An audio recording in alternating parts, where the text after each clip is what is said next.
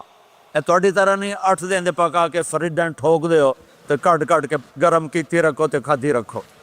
یا آپ تازہ کھاتے تھے یا فاقہ فرماتے تھے. ایک دفعہ فتح مکہ پر ام ہانی کے گھر آپ نے باسی روٹی کھائی, ورنہ آپ نے ہمیشہ تازہ یا فاقہ یا تازہ یا فاقہ. کبھی جس کھانے پہ رات گزر جاتی اسے نہیں کھاتے تھے. تسی ماشاءاللہ 8 راتوں جو کھدی جاندے ہو. ہاں